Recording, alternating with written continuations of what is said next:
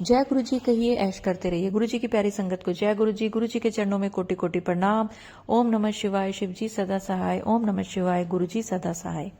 संगत जी, आज गुरु जी ने पता नहीं किस संगत का एक बहुत ही बड़ा, जो उसके अंदर एक प्रश्न चल रहा है, सवाल चल रहा है, उसका जवाब दिया है। और सिर्फ एक का नहीं दिया, ये बहुत सारी संगत को आज एक बहुत ही बड़ा सवाल का जवाब मिलने वाला है कि हम अमृत वेला नहीं करते तो क्या हम कुछ गलत कर रहे हैं? तो आप कुछ गलत नहीं कर रहे, आपको बुरा सोचने की जरूरत नहीं है। गुरुजी ने आज ये मैसेज उस संगत के लिए भेजा है जो संगत अंदर ही अंदर ये सोच के बुरा महसूस करती है, गिल्टी महसूस करती है कि मैं तो अमृत वेले के टाइम उठ ही नहीं सकती। तो गुरुजी ने बोला है कि तुम जो टाइम, जिस समय मुझे याद करते हो, मेरा नाम लेते हो, मेरे लिए वो ही अमृत वेला है, मेरे लिए वो ही पाठ है। ये है कि तुमने मुझे याद करा, मेरा नाम लिया ना, तो सोचो ये मेरे लिए पाठ हो गया, ये मेरी सेवा हो गई, ये मेरा सिमरन हो गया और ये मेरा अमृत वेला हो गया। जिस वेले तुमने मुझे याद किया वो ही अमृत वेला है। तो अगर वो संगत आप हैं जिस संगत ने गुरुजी से ये अरदास लगाई हुई थी, गुरुजी मैं क्या करूं, मेरे घर वाले तो मानते नहीं है, तो मैं सुबह उठ नहीं सकती, मेरा शरीर साथ नहीं देता, मैं सुबह उठ नहीं सकती, मैं क्या करूं। तो ये उस संगत के लिए ये मैसेज है। अगर आप वो संगत है तो आप उस कमेंट में जरूर लिखें कि हाँ, मैंने गुरुजी से ये कहा था कि गुरुजी मुझे इसका जवाब चाहिए। अगर मेरे चैनल पे नए हैं तो चैनल को सब्सक्राइब करें। अगर आपको सत्संग अच्छा लगे तो लाइक करें, क्योंकि लाइक करना गुरुजी के चरणों में हाजिरी होती है। और कमेंट्स में जय गुरुजी, शुक्राना गुरुजी, जो आपके दिल की बात है वो गुरुजी से लिखें, क्योंकि गुरुजी सब सुनते हैं। जो भी आप लिखते हैं वो गुरुजी तक पहुंचता है, क्योंकि जब हम कोई भी सत्संग अपलोड करते हैं तो गुरुजी हमारे आसपास रहते हैं। तो चलिए आंटी जी के सत्संग सुनते हैं। ये आंटी जी ने मुझे ऑडियो भेजे हैं। अगर आप भी अपना कोई शुक्राना सत्संग शेयर करना चाहते हैं बाकी संगत के साथ, तो स्क्रीन पर जो मेरा नंबर चल रहा है आप उस पर कर सकते हैं। तो चलिए गुड़गांव से निम्मो आंटी का ये शुक्राना सत्संग सुनते हैं। आंटी ने बड़ा प्यारा सा सत्संग अपनी आवाज में भेजा है। जय गुरु जी, प्यारी संगत जी, जय गुरु जी। मैं आज अपना सत्संग आप लोगों से शेयर करना चाहती हूँ। गुरु जी हमेशा कहते हैं ना अपना सत्संग शुरू से करो, तो मैं शुरू से ही करना चाहूंगी। सबसे पहले मैं शुक्राना करूंगी आंटी जी का जो हमारा सत्संग शेयर कर रही हैं। उसके बाद जय गुरु जी, शुक्राना गुरु जी। मैं अपने जो सत्संग है उसकी जो शुरुआत है वो मंत्र जाप से करूंगी। ओम नमः शिवाय, शिव जी सदा सहाय। ओम नमः शिवाय, गुरु जी सदा सहाय। गुरु जी का ना काफी टाइम से मैसेज आ रहा है कि शुक्राना सत्संग शेयर कर, शुक्राना सत्संग शेयर कर, पर मैं नहीं कर पा रही थी। और जब से गुरु जी मेरी लाइफ में आए हैं तब से तो मेरे पास इतने सत्संग है कि मैं काफी टाइम से शेयर करना चाहती, बट नहीं कर पा रही थी। उसके लिए गुरु जी माफ करना। तो मैं अपना सत्संग जो है वो शुरू से सुनाना चाहूंगी। मेरे जो गुरु जी से मैंने गुरु जी को फर्स्ट टाइम देखा था, मेरी जो बेटी है उनकी मैडम के व्हाट्सएप पे स्टेटस लगा हुआ था।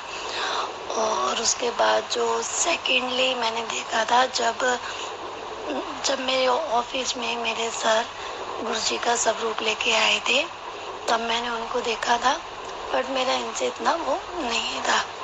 फिर 2022 में एंड अगस्त में मेरी मम्मी एक्सपायर हो गई थी।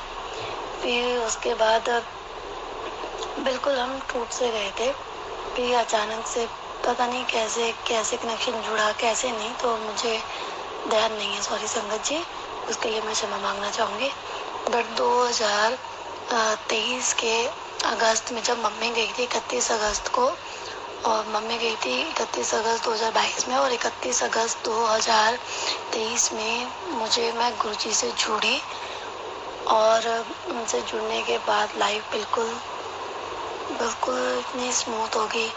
सबसे पहले जैसे गुरुजी हमेशा कहते हैं ना कि मैं तुम्हें हेल्थ ब्लेस करता हूँ, तो गुरुजी ने प्यारी संगत जी सबसे पहले मुझे हेल्थ ब्लेस करी।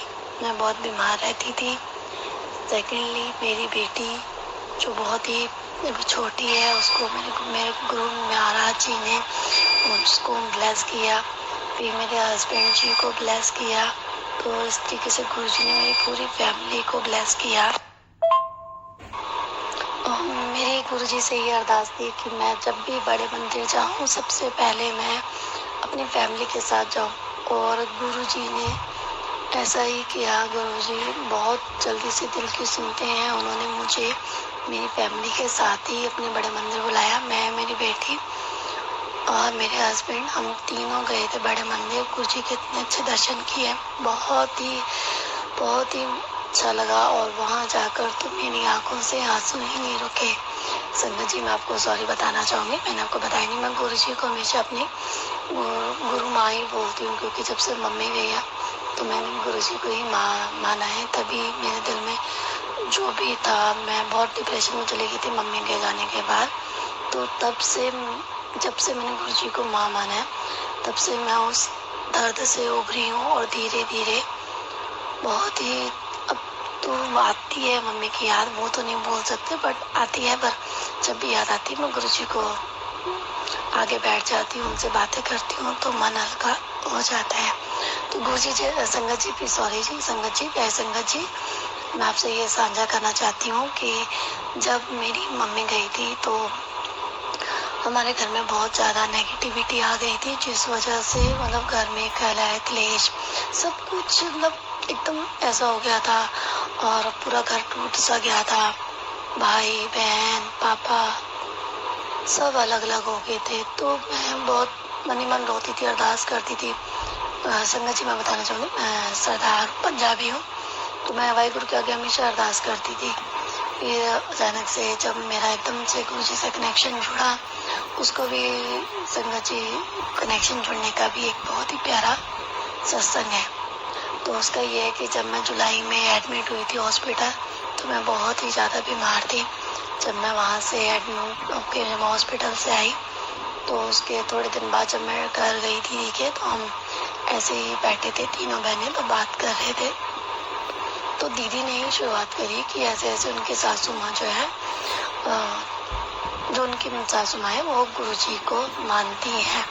तो मैंने भी बोला कि हाँ, हमारे गुरुजी है। गुरुजी का स्वरूप तो हमारे ऑफिस में भी है, पर मैंने कभी इतना वो नहीं किया, ध्यान नहीं दिया कभी गुरुजी की तरफ, कभी उनसे कैसे अरदास नहीं करी। पर हाँ, बस आते जाते गुरुजी को मैं बस देखती थी जरूर। जब भी मैं कैबिन में बैठती थी, मैं सब गुरुजी को देखती रहती थी और कुछ बोलती नहीं थी। पर मन में बहुत सारे सवाल थे, तो मुझे पता नहीं था कि गुरुजी सुनते हैं। तो मैं सोचती रहती हूँ कोई होंगे कोई गुरुजी, तो बट इसीलिए सॉरी संगत जी, गुरुजी माफ़ करना। मैं इस गलती की आपसे माफ़ी मांगना चाहती हूँ। मैंने आपको पहले मतलब मैंने कभी आपको समझाने, आपके बारे में जानने की कोशिश नहीं की।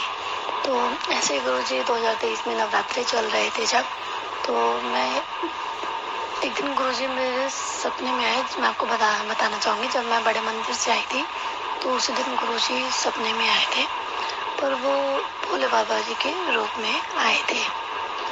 और गुरुजी ने आए, पर मैं डर गई थी। हुआ क्या था कि संगत जी, मम्मी जब चली गई थी तो मेरी मम्मी का मेरी जो बेटी है उससे बहुत लगाव था। तो मम्मी हमेशा सपने में आती थी, उसको तंग करती थी, मुझे भी तंग करती थी। मतलब आती थी, शायद वो कुछ कहना चाहती होंगी, मगर बच्ची है छोटी, वो डर जाती थी, उसको बुखार हो जाता था, परेशान रहती थी। उस वजह से मैं भी परेशान रहती थी। और मेरे हस्बैंड और मेरे बीच में काफ़ी क्लैश होते थे। वो ये कहते थे कि तेरी मम्मी मरने के बाद मेरी बेटी को क्यों तंग करती है, जब भी वो आए उनसे पूछ क्या दिक्कत है क्या नहीं, वो क्या चाहती हैं। तो संगत जी, मैं इस चीज़ से बहुत परेशान रहती थी कि मतलब मैं हमेशा मन में कहती थी कि मम्मी आप गए हो, हमें उस चीज़ का दुख है, पर ऐसा क्यों, मेरी बेटी ही क्यों, कल को उसे कुछ हो गया तो मैं कहाँ जाऊँगी। तो अंदर अंदर बहुत डर लगता था, बुरा भी लगता था कि हस्बैंड जी ऐसे बोलते हैं, हस्बैंड ऐसे बोलते हैं, बहुत फील होता था।